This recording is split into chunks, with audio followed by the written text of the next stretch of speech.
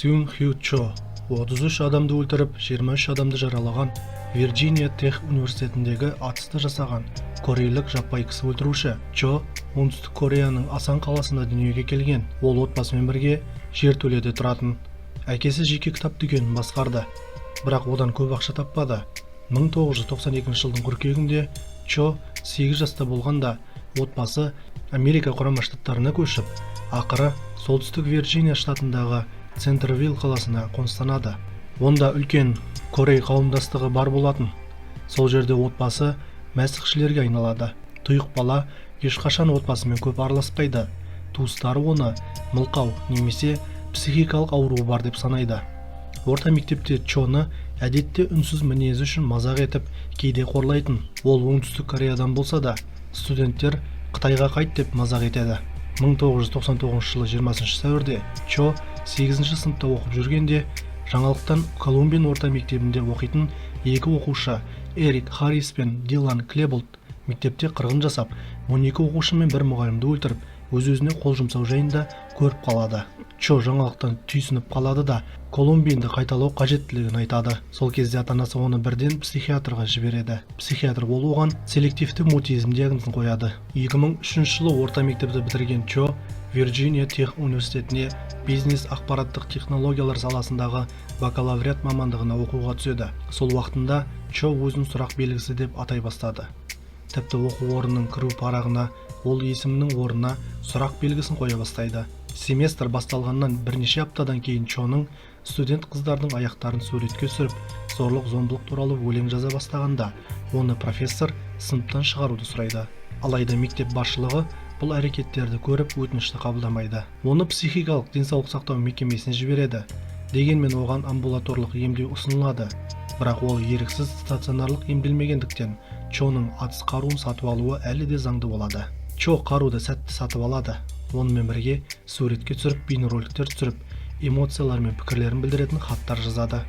Оның бір хатында былай баяндалған: "Маған бұлай істеудің қажеті жоқ еді. Кетсем де болар еді. Мен қашып кетуім мүмкін еді. Бірақ жоқ, енді жүгірмеймін. Бұл мен үшін емес, балаларым үшін, сен сиқырлаған аға әпкелерім үшін. Мен мұны олар үшін жасадым. Уақыты келгенде мен мұны жасадым. Мен мұны істеуге мәжбүр болдым. Бүгін сізде 100 миллиард мүмкіндіктер мен жолдар болды, бірақ сіз менің қанымды төгуге шешім қабылдадыңыз. Мені бұрышқа салып, маған бір ғана нұсқа берді. Шешім сенікі. Енді қолдарыңда ешқашан жуылмайтын қан бар", делінген. Ақырында 2007 жылы 16 сәуірде Чо Вирджиния Тех университетінің Вест Эмблер Джонсон Холл резиденциясына келеді. Шамамен сағат 6:45-те оның студенттік пошта жәшігі сонда орналасқандықтан залға оңай кіреді. Онда ол бірінші курс студенті Эмили Хилшерді атып жарақаттайды. Бірақ ол 3 сағаттан кейін оқ жарақатынан өледі. Содан кейін ол мылтық дауысын естіп, Хилшерге көмектесуге әрекеттенген Райан Кларк есімді студентті өлтіреді. Белгісіз себептермен ол залда видео түсірілімін аяқтап, бөлмесіне кетіп қалады. Таңғы сағат 7:30-да полиция келіп, Хилшерге қару қолданушы жігіт Карл Торнхиллді анықтайды. Таңғы сағат 8 шамасында Вест Эмблер Джонсон Холл жабылады. Ал шамамен 25 минуттан кейін Торнхиллді полиция тауып, жауап алу үшін ұстайды. Ол кейінірек күдікті болмай шығып босатылады. Келесі 2 сағатта Чо киімін ауыстыру үшін бөлмесіне оралады.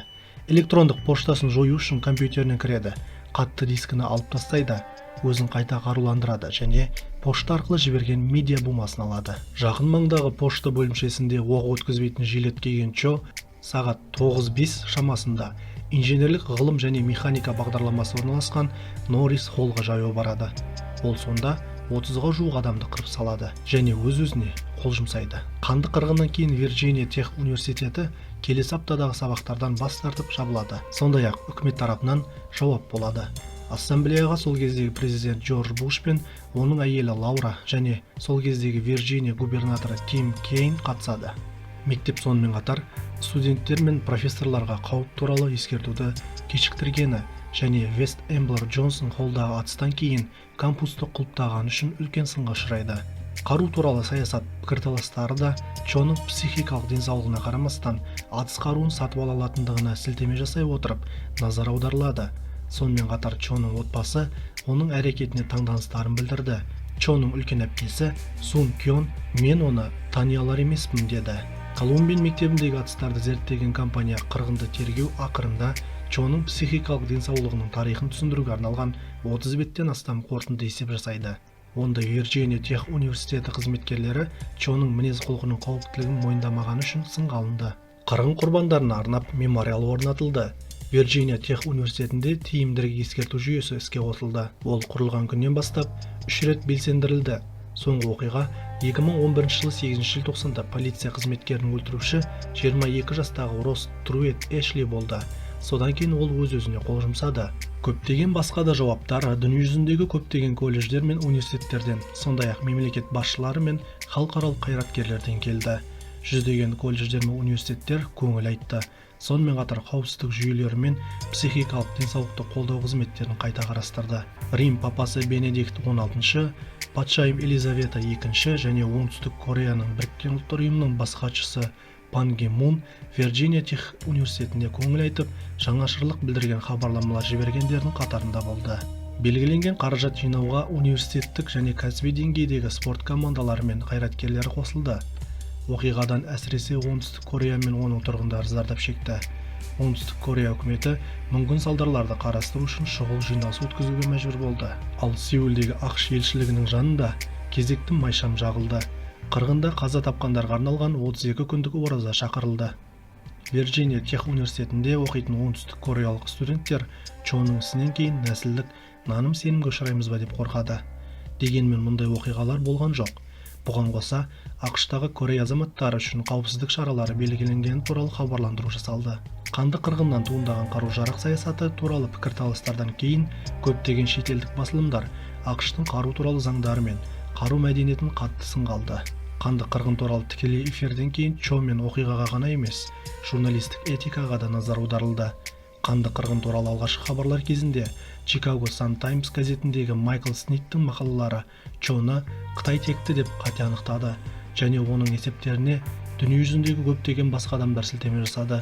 Чоның оңтүстік Корея азаматы екені белгілі болған соң, Қытай сыртқы істер министрлігі қатені сынға алды. Осы есептердің нәтижесінде Вирджиния Тех университетінің түлегі Уэйн Ченг тіпті Чоның атысты жасағаны оң анықталғаннан кейін де қылмыскер деп хабарланды.